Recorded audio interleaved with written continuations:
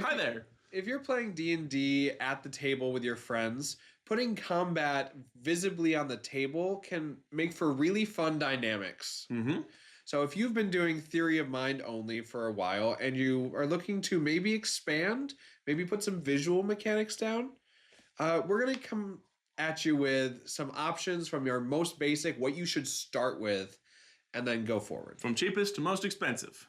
So, let's get started. Oh yeah.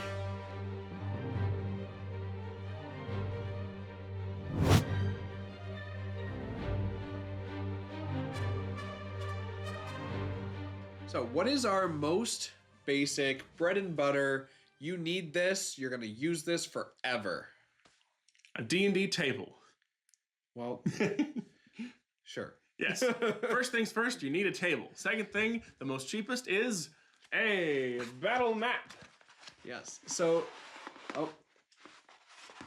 the gridded battle maps are actually going to be the bread and butter. They're dry erase.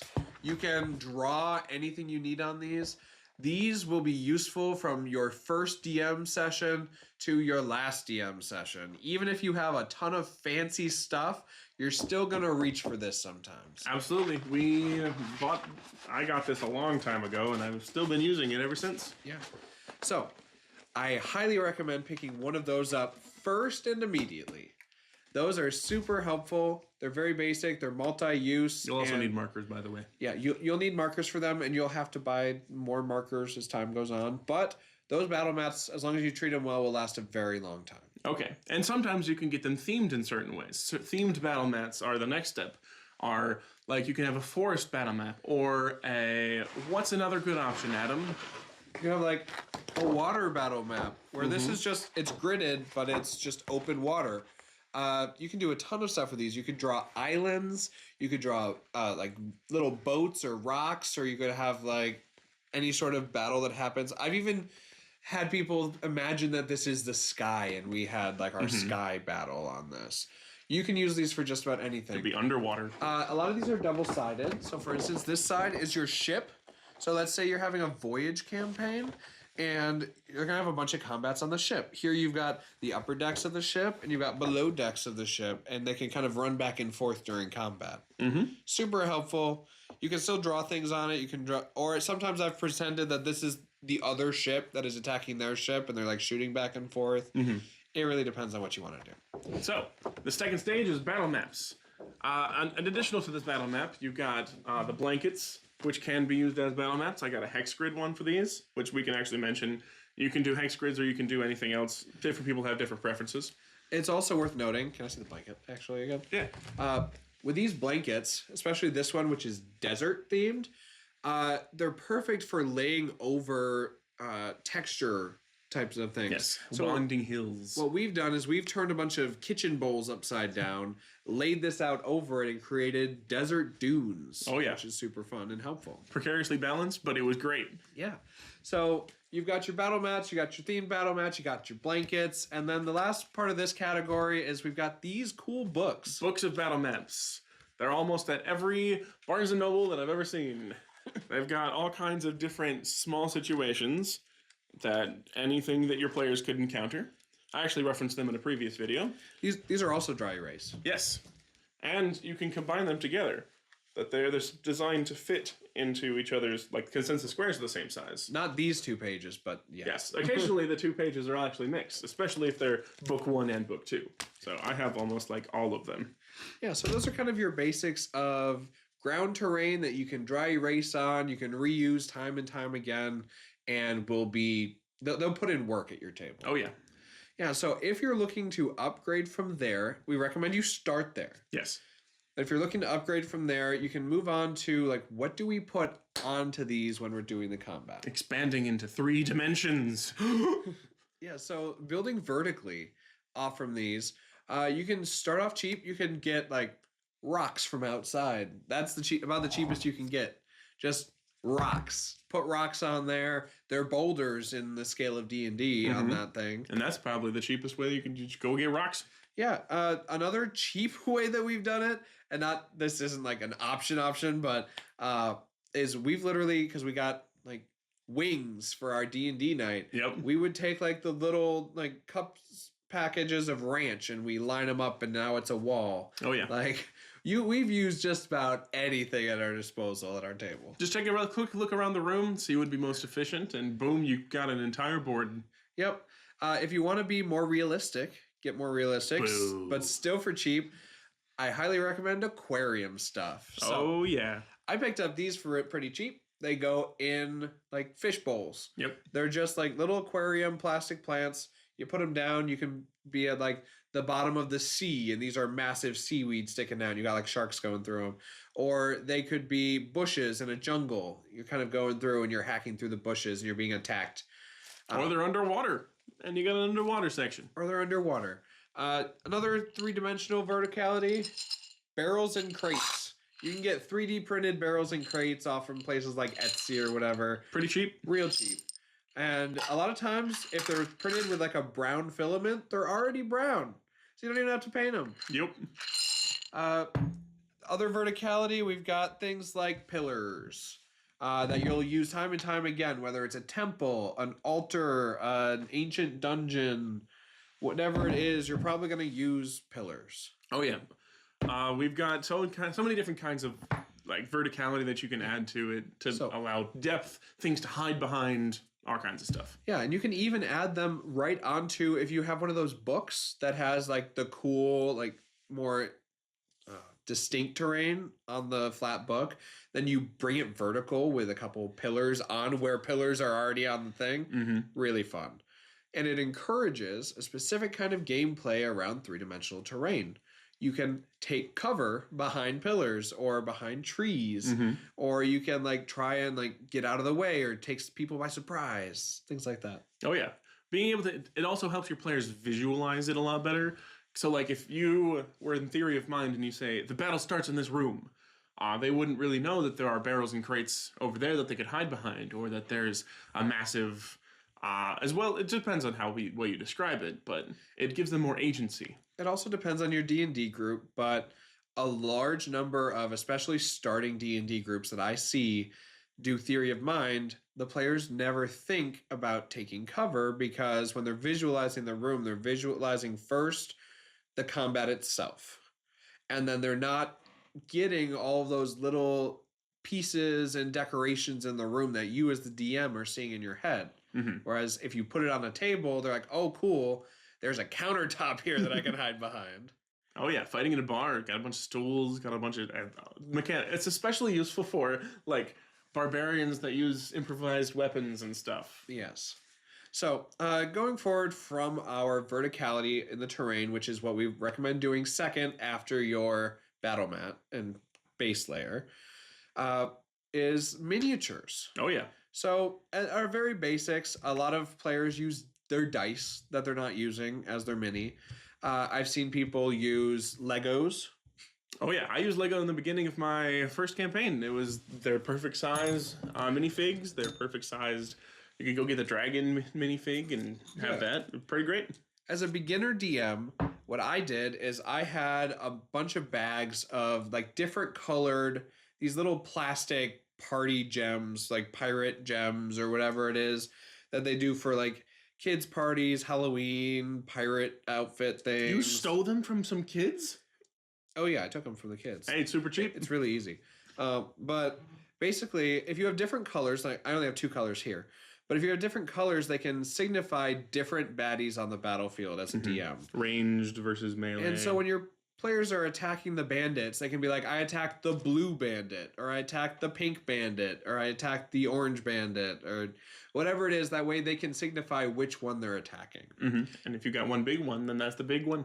And then on your DM notebook that you're keeping track of all their HPs, you can have them listed as pink, orange, blue. Just nice and easy. That way you can keep track of which one is which a little better. Going a little bit higher in the expensive scale, we've got, you can have actual minis that you can, there are lots of different options. There's Hero Forge, there's printing themselves, there's all of those minis from, what's that? WizKids. Oh yeah, WizKids has a ton. But basically we would recommend starting with some general use minis. Yes. General use. And what we would start with is first vaguely humanoid minis. Oh yeah. These could be citizens. These could be bandits. These could be vine blights that don't even have a face. They're just a humanoid plant. Like whatever it is, these minis are minis that you're going to continue to use time and time again. The same mini could be a bandit, could be a pirate, could be a zombie, could be undead champion, could be a death knight.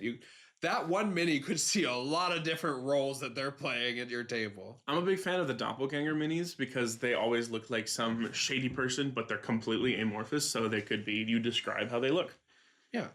And secondly, after getting vaguely humanoid minis, I recommend getting some big minis. These could be beasts like wolves or lions or deer, things like that. I highly recommend if you want to keep it cheap, you can get those big tubes of like kids animal figures from hobby stores or the zoo. Where they have a bunch of these really realistic looking animal figures for really cheap. They're just kids' toys, but they work great at the table. I should have grabbed them. I got them just behind us. We've got all kinds of different things, and it sparks your imagination wildly. Yeah. Moving up from there, if you want real like minis that are actual monsters in D&D, I recommend things like elementals. Because elementals are something you're going to use in every campaign probably at some point. Whether it's earth elementals, water elementals, fire elementals. They're also useful for if you've got like 4 large big bads. Yep. Then you've got, boom, there's all of the elementals. Yeah, sometimes it's like giants, or it'll be like this big ogre or something, and then you put the fire elemental there and you're like, this is the ogre. Like it's the right size on the table. That's what you need. I'd recommend at least having one of every single size there if you're doing this route, because then you could have a gargantuan, you can have a huge, you can have a large, you can have a medium, and then you can have a small and a tiny.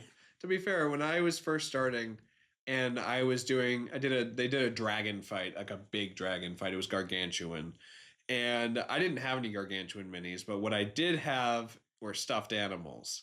And so I put a big, like, fluffy stuffed animal just on the battle mat. Nice. And like this is the dragon. The biggest mini that I can ever recall ever having to be used was, as a player, I'll show a picture of it, and you can see that this was a nightmare to fight. See, this is what happens when characters delve into the abyss and fight against a titan. A little too far into the abyss, yeah. Maybe a little too far. But yeah, so use whatever makes sense for the size of your baddies. And look whatever's nearby. You can always find unique things. Yeah. Maybe a chair. Maybe a toilet paper roll. Anything can be used. Going forward from there, we go to our last step, which is your more expensive terrain. You've already got a battle mat. You've got some general use pieces. You've got verticality. You've got some minis. Your combats are feeling pretty cool. But now you want more. You want the wow factor. Mm-hmm. Especially if you're dungeon delving. This is the biggest drawback to battle mat books and regular old these things are the fact that if you're doing a big, deep dungeon delve, then they can see the whole map and they're all like, oh, all right, and it's pretty simple. But if you go with warlock tiles or dwarven forge or anything that like has full printed expansive minis and walls and all kinds of terrain, you could craft an intricate dungeon delve. Yeah, and we're gonna put some pictures up here of some stuff that we've built, but you can also go online and you can see some really amazing things that the D&D community have built over time. Mm-hmm. And some of it is just crazy. It's amazing. But we recommend things like Dwarven Forge or Warlock tiles, or a lot of Etsy shops will have people who 3D print terrain, which could be cheaper. If you have a 3D printer, you could 3D print your own terrain for even cheaper. Oh, yeah. Otherwise, you could probably just do a TV. Some people do a TV. That's probably the most expensive, at least at the beginning, I guess, is to like have a TV table or put a TV horizontally on your table and get some software to do maps on it. Oh, yeah. D&D Beyond has been doing a nice job with their beta testings of their maps right now, in 2026 at least. And I'm looking forward to putting it through its uses. Yeah. Before we leave here, some quick alternate ideas for miniatures. You could take miniatures from old board games. You could use war game terrain or miniatures, or you can. I've seen people take. Bang. I've seen people take miniatures from like games that are made for miniature combat. That they're a little expensive, but you tend to get like 100 really detailed miniatures in them. War games and all this stuff. Warhammer, that's it. Yeah. So those are our options for you today. Let us know what you use at your table. Let us know if we missed some of your favorite stuff, because we would like to include it in a future video if it's important to you. So yeah. Until next time. Yeah. Keep using whatever you got and spend that money. Stay legendary. Be resistant.